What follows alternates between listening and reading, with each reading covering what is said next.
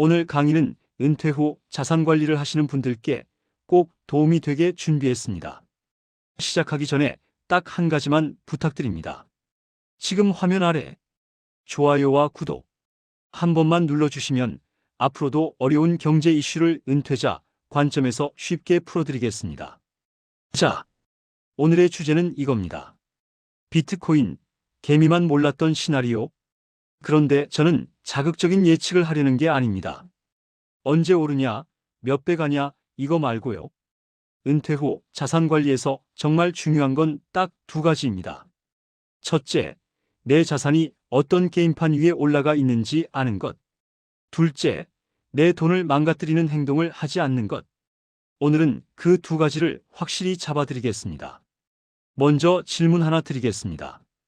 요즘 코인 시장이 조용하죠? 뉴스도 덜 나오고 관심도 식은 것 같고요. 이때 대부분 개인 투자자는 이렇게 생각합니다.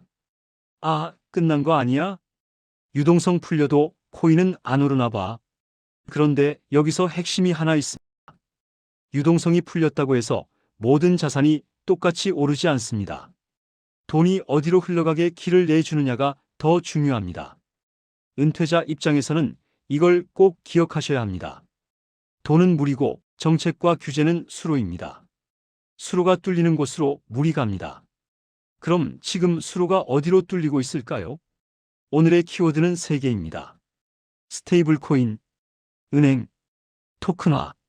이 3개가 묶이면 코인 시장은 단순한 투기가 아니라 금융 인프라 쪽으로 성격이 바뀝니다. 은퇴자에게 중요한 이유는 딱 하나입니다. 인프라가 되면 가격 변동성과 별개로 참여자와 자금 규모가 커질 가능성이 생깁니다.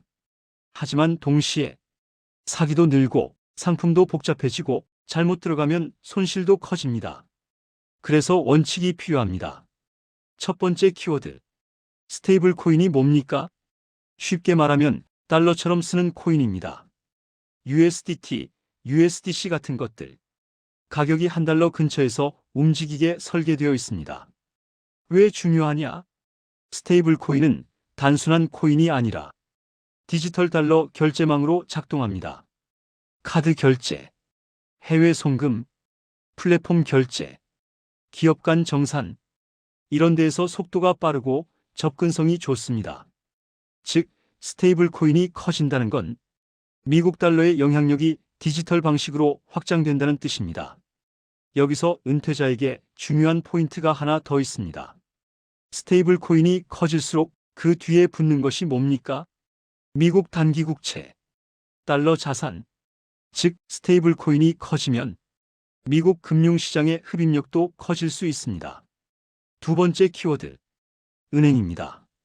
개인들이 코인 시장에서 가장 불안해하는 게 이거죠. 은행이 싫어하잖아. 정부가 막잖아. 그런데 흐름이 바뀌는 구간이 있습니다. 은행은 원래 규제 안에서만 움직입니다. 그래서 규제가 열리면 은행은 들어옵니다. 은행이 들어오는 순간 시장 성격이 달라집니다. 왜냐하면 은행은 고객의 자산 배분을 상품으로 만들기 때문입니다. 즉, 개인이 직접 코인을 사고 파는 시장에서 기관이 포트폴리오에 비중을 넣는 시장으로 넘어갈 수 있습니다. 이게 의미하는 바는 뭘까요? 가격이 오른다, 안 오른다를 떠나서 참여자의 체급이 바뀐다는 겁니다. 은퇴자 입장에서는 여기서 균형이 필요합니다. 그럼 무조건 사야 하나요? 아닙니다. 은행이 들어온다고 해서 개인이 무리해서 들어가면 안 됩니다. 은행은 상품을 팔고 수수료를 받고 리스크는 고객이 지는 구조도 많습니다. 그래서 은퇴자는 비중 관리와 상품 이해가 핵심입니다.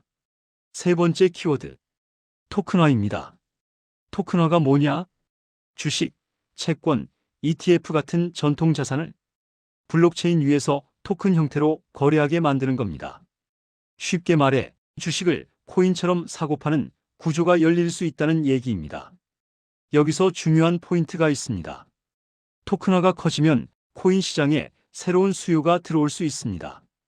왜냐하면 토큰을 사려면 결제 수단이 필요하고 그 결제 수단으로 스테이블 코인이 쓰일 수 있기 때문입니다. 즉, 스테이블 코인 토큰화 자산 거래, 더 큰 결제망. 이렇게 고리가 만들어지면 코인 시장의 역할이 투기장에서 결제유통 인프라로 확장됩니다. 이게 바로 많은 사람들이 놓치는 지점입니다. 자, 여기까지가 큰 판입니다. 그럼 은퇴 후 자산관리에서는 이 큰 판을 어떻게 써먹어야 할까요? 오늘 강의에서 제가 드릴 결론은 4개입니다. 은퇴 자산은 먼저 방어형 구조를 만든다. 그 위에 성장 자산을 규칙적으로 얻는다. 코인은 올인이 아니라 옵션 비중으로 다룬다. 레버리지, 미검증 코인, 불투명한 상품은 원천 차단한다. 이 4개만 지키면 시장이 어떻게 흔들려도 내 삶이 흔들릴 가능성이 확 줄어듭니다. 첫째, 은퇴 자산의 방어형 구조. 은퇴자 자산 관리는 투자 실력보다 구조가 성패를 가립니다. 가장 기본 구조는 이겁니다. 생활비 통장, 비상금 통장, 안정형 자산, 성장형 자산. 이렇게 사칸을 만들어야 합니다. 생활비는 보통 6개월에서 12개월치, 비상금은 의료비 가족 이벤트 대비로 추가 6개월치. 여기까지는 투자가 아니라 생존입니다. 그리고 안정형 자산, 예금, MMF, 단기채, 우량채, 일부 배당형. 여기가 은퇴자의 방파제입니다. 성장형 자산은 그 다음입니다. 주식 인덱스, 글로벌 분산, 일부 대체 자산, 그리고 그 안에 옵션으로 코인이 들어갈 수 있습니다. 둘째, 코인을 옵션 비중으로 다룬다. 옵션이라는 말은 없어도 삶이 무너지지 않는 비중을 뜻합니다. 은퇴자에게 코인은 10%가 아니라 대개 5% 범위에서 시작하는 게 현실적입니다. 왜냐하면 변동성이 너무 크기 때문입니다. 코인은 수익보다도 심리로 사람을 무너뜨립니다. 은퇴자는 월급이 없기 때문에 심리가 무너지면 손절도 타이밍도 전부 꼬입니다. 그래서 비중이 가장 중요합니다. 비중이 작으면 시장이 출렁여도 내 생활이 유지됩니다. 생활이 유지되면 투자는 장기가 됩니다. 셋째, 언제 오르냐, 대신 무엇이 바뀌고 있냐를 본다. 오늘 이야기의 핵심은 이거였습니다. 유동성 자체가 중요한 게 아니라 유동성이 어디에 꽂히게 설계되는가가 중요하다. 스테이블 코인의 제도화, 빅테크의 결제 참여, 은행의 서비스 참여, 토큰화 시장의 확대. 이건 가격 예측이 아니라 시장 구조 변화입니다. 은퇴자는 구조를 이해하면 과열에 휘둘리지 않습니다. 공포에도 휘둘리지 않습니다. 그때그때 뉴스에 흔들리지 않고 내 룰로 투자할 수 있습니다. 넷째, 은퇴자에게 가장 위험한 것들. 여기서부터는 단호하게 말씀드리겠습니다.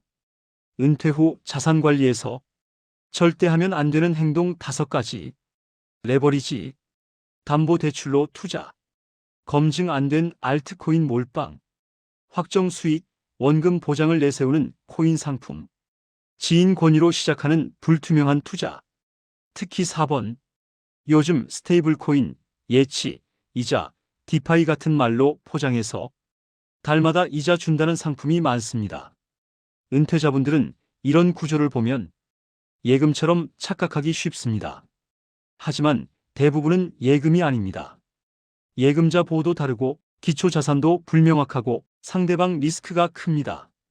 이건 제가 겁주려는 게 아니라 은퇴자의 돈은 회복 시간이 없기 때문에 원천 차단하셔야 합니다.